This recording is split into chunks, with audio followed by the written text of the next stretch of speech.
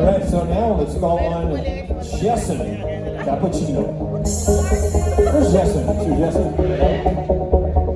Good evening. May I ask Miss Batangas Province?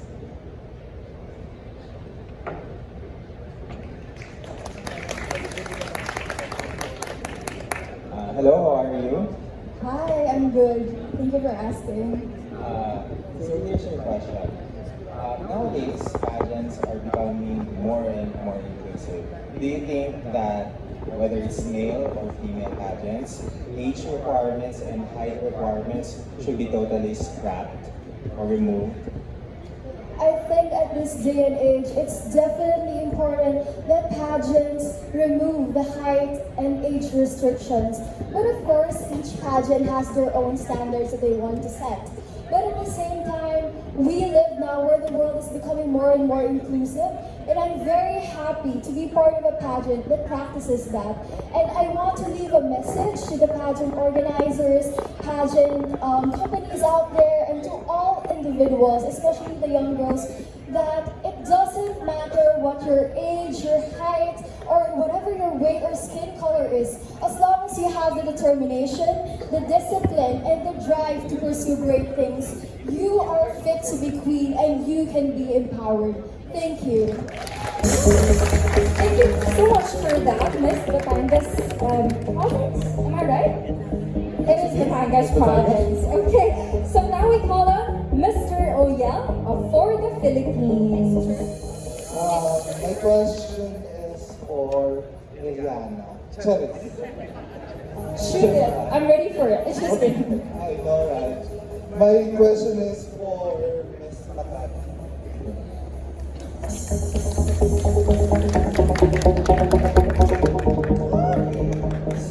Madali lang po. If faced with a choice, would you prioritize winning the crown by conforming to traditional gender roles and expectations, or challenge stereotypes even if it reduces their chances of winning? I think that I would choose to challenge the stereotypes because I'm a bit of a thrill seeker and I don't know what the outcome's going to be, so I'd rather see it. Thank you. Short and sweet. So up next, maybe go on our good friend, Mr. Ben Caparas. Good evening. My question is for Miss Manila.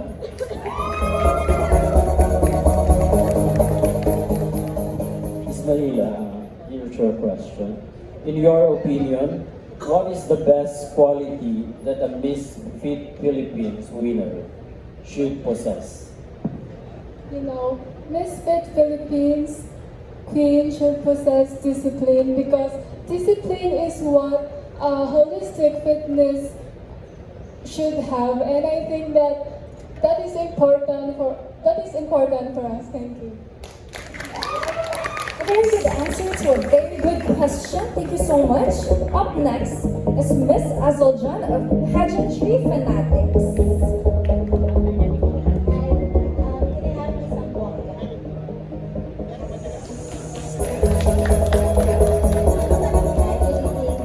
This is my question. What inspired you to compete in the Miss Philippines pageant, and how has your journey shaped you as a person? The reason that I joined Miss Philippines is that I also suffered from body dysmorphia and eating disorder. And growing up having this kind of things, it really made me realize that I should be focusing more into my health. And when I knew that there is a Miss Philippines who focuses on the holistic is the overall well-being of a person, and that inspires me to join. I want to show the people, the Philippines, that I am a woman who loves to work out, who loves to advocate for the physical appearance that are very great, and also to challenge the stereotypes that we have, especially like Ms. Makati said earlier, that if you were to join a pageant, you're going to challenge the stereotypes and see what could happen. And for me, the reason that I also joined is to people that loves and support me. I know there are some people who challenge me and gives me this bad negative opinions about my physical appearance. But as I grew up and as I get into the people's mind, I already realized that it's better to think more good about yourself, and that is being holistic, thinking not only for your physical body but also to emotionally and mentally. Thank you. And now let's go on to Mr. Noli Nervioso. My question is for Miss Philippines Makati.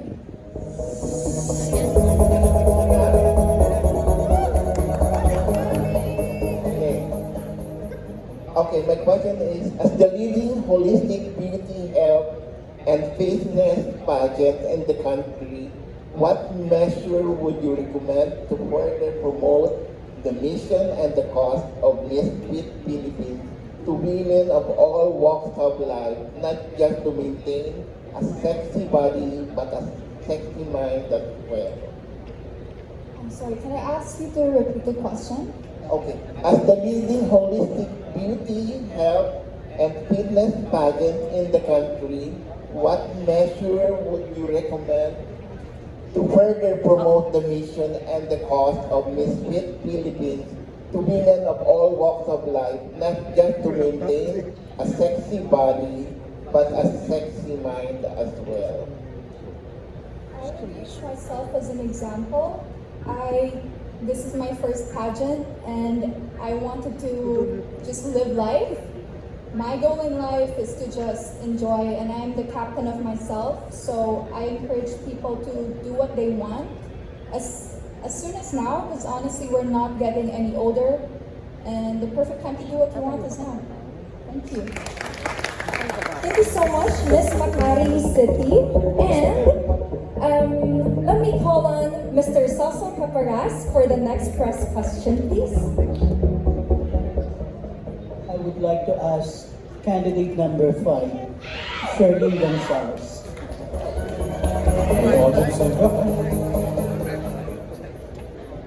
Why do you believe that Miss Fit Philippines pageant is as relevant as any pageant? Miss Fit Philippines is the only pageant that promotes holistic fitness, meaning to say that the pageant's focus isn't just about the aesthetic appeal of a beauty queen. I think it's very refreshing to have a pageant like this in our country, especially now that beauty queens tend to focus more on our physical appearance. And with the help of Miss Fit Philippines, it taught me that we should know our bodies, especially we are beauty queens. In order to inspire other people, we should know that we have to embrace our uniqueness and the differences of our body structures. Because at the end of the day, even if we follow the same diet, even if we follow the same workout routine, we would still end up with different body forms. Why? Because of our uniqueness, because of our individuality, because we have different body structures. And as the saying goes, one size does not fit all. Thank you. One size does not fit all indeed, partner.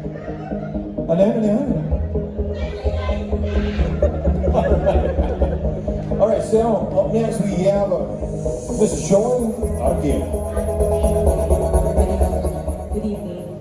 My question is for Miss San Pedro Laguna.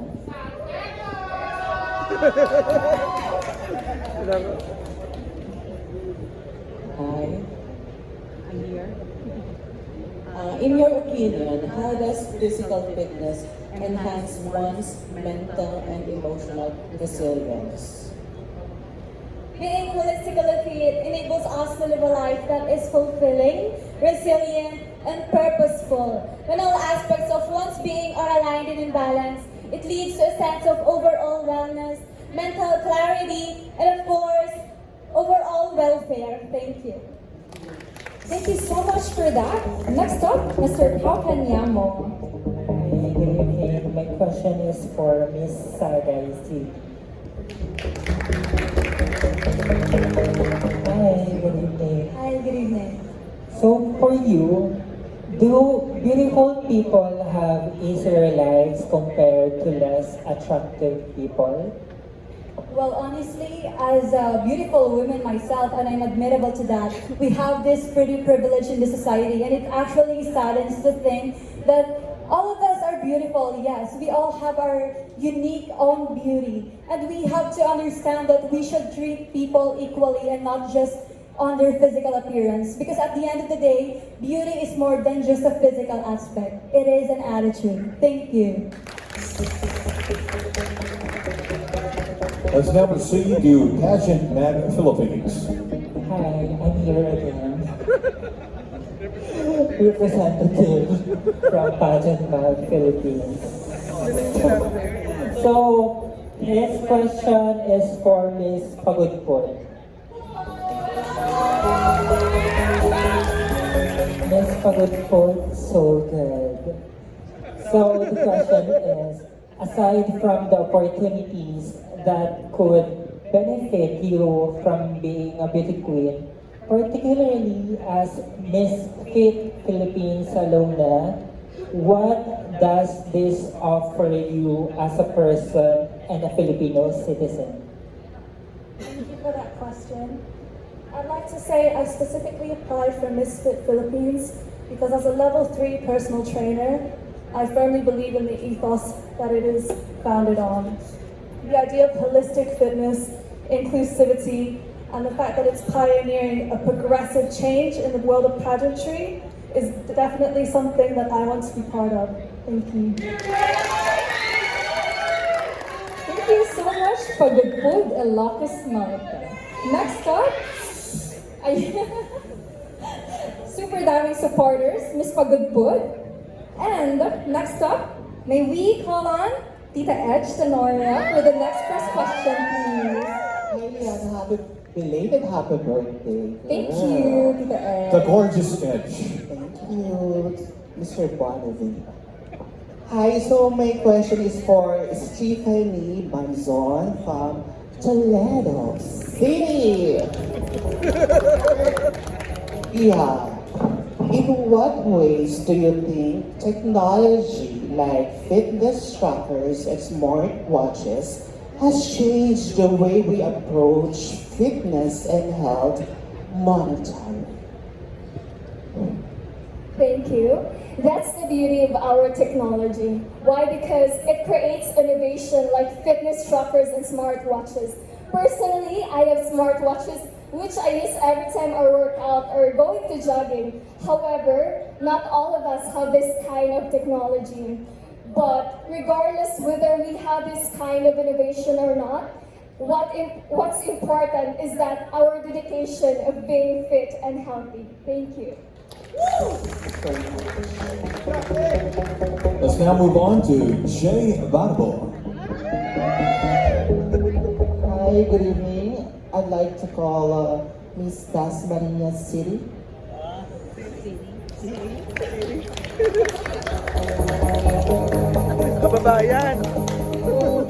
Hello, dear. My question for you is, as a candidate of Miss Fit Philippines 2024, why are health and fitness are important in this competition?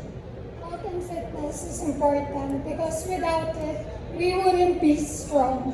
And for a pageant, as you know, it's not just the shining, shimmering, glittery things. It's actually dedication, hard work, passion, and it takes a team. Because as you know, we have here our LGBTQ plus A friends, and we also have here our owners of our organization. At the same time, we also have our makeup artists. So, to answer your question, physical fitness is important because without it, we wouldn't be strong. And Miss Fit advocates for holistic fitness, and without holistic fitness, we wouldn't have a better world. Thank you. Thank you so much for that. Loving that. Dedication, hard work, and passion indeed.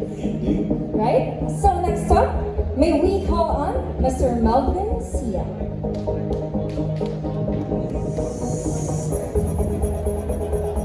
here? A raise of hand. There you go. He might need a microphone, please. Miss Batangas, number 4.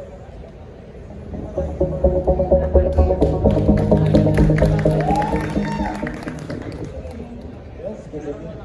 Are you enrolled in any gym before or after joining Miss Fit Philippines? To be completely honest, I'm not working out with my body, but I have moderation in eating. So this is how I look, and this is why I am physically fit, because I know to myself that I have restrictions around my food that I eat. Thank you. Oh, partly, that's what I need to do. Exactly. And you know what? When it comes to fitness, it's always about balance and regulation. They said 80% food, 20% gym, but why not you have 100% on both of them? Yeah. Why not have best of both? So now maybe call on Mr. John Ray. Hello, good evening. My question is for the candidate from Municipality of Pulamantaw. Hello, Catherine. Good evening. Hello, my Gabi. Okay, so what's the biggest decision or sacrifice that you had to make before competing here in Miss Fit Philippines? As a provincial girl, I'm usually joining pageant 3 times because lack of financial, and also I'm supporting my family because we're poor, but not but usually we're eating 3 times a day, but that's not enough for us to survive every day. So I joined this pageant to to spread my voice, my advocacy to each and everyone that you cannot sacrifice if you stay in one space. Thank you. Thank you so much for that. And next up, may we call on the representative from Critical Beauty Philippines. Hello. May I call Miss Calambas City?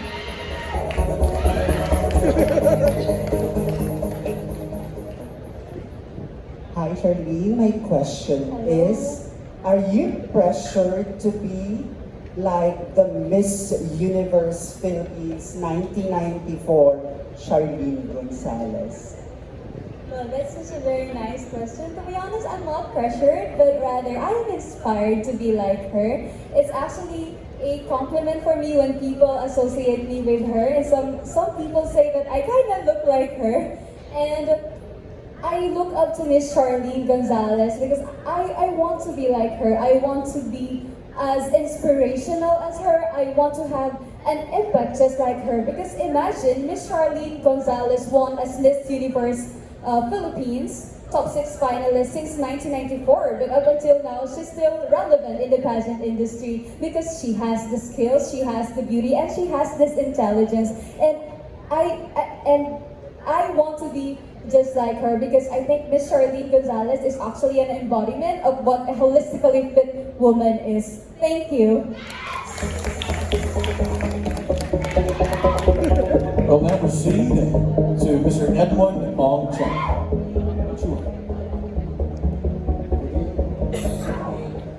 My question is for Miss Montalban Rizal.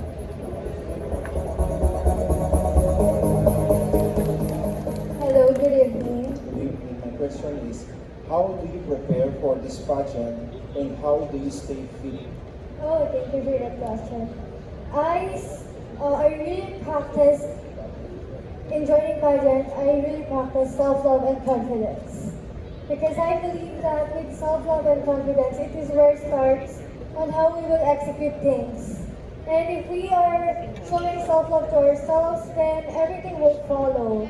If we have self-love and if we know how to do it, it will follow with physical, emotional. We will figure out what's right and best for us. And I want to have self-love, or if we have love for oneself, long romance. Thank you. Thank you so much for that. And Francis, that about wraps up our 16 media friends. But I'm so interested Oh, wait. to know more eh. There's more. I'm so interested to know more about the girls. So, okay lang ba if we call on more media friends? Probably 2 more, no? So we can give equal chances then to the other girls who were not Yes, called yet. definitely. Okay lang ba? Last 2 na lang? There you go. So, Francis, care to call on the next one? All right, of course, our good friend Ferdy from Eventology, of course. Good evening, Miss Agusan Del Monte.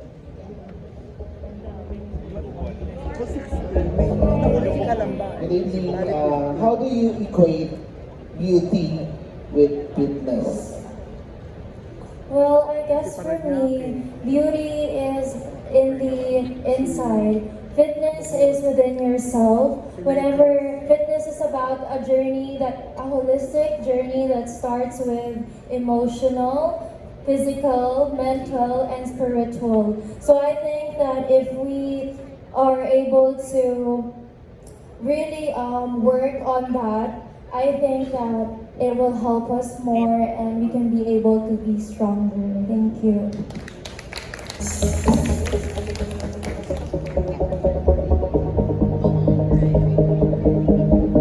May we call on? Mr. Eton, he's raising his hand. All right, Sir Eton.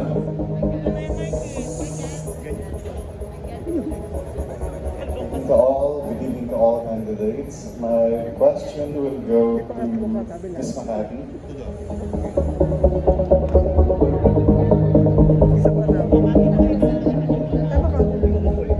Ms. Makati, are you ready? When do you consider a physical asset disadvantage?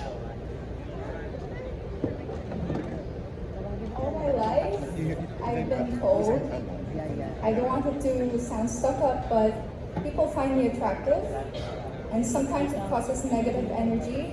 I think beauty is bad when it causes someone harm. Thank you. Thank you so much for that. And just a friendly suggestion to all our media friends who will be called. Is it okay if we call on the other candidates who are not called yet so that we can hear them naman speak at to show their true wit and personality like us? Right? I think there's someone that's raising his hand right there, so go on. Can you kindly introduce yourself and which affiliation you're part of, please? Thank you. Good evening, my name is Kim from the Daily Tribune. So, ilan po ba yung hindi natatatanong? Raise your hand, girls. Now is your chance. Ako na ba yung last? Well, we're planning to how call many on ladies one last after you. Okay. Sige na. Kayo na lang lahat para equal footing kayo. There you go. Please. Go on, girls. You can all share the center stage for that. Step forward. So the ladies who hasn't been answered the question yet, can we actually take the center stage? To the girls who haven't been given the chance to speak, go on, share the center stage. Very beautiful and stunning ladies here tonight.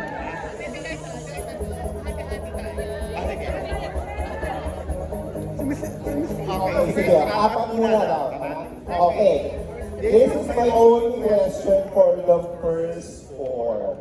Can you describe yourself in 3 words using the word fit? So I'll start with number 10, 22. What's your number that girl? So 16, 10, 11. Okay, start with number 10.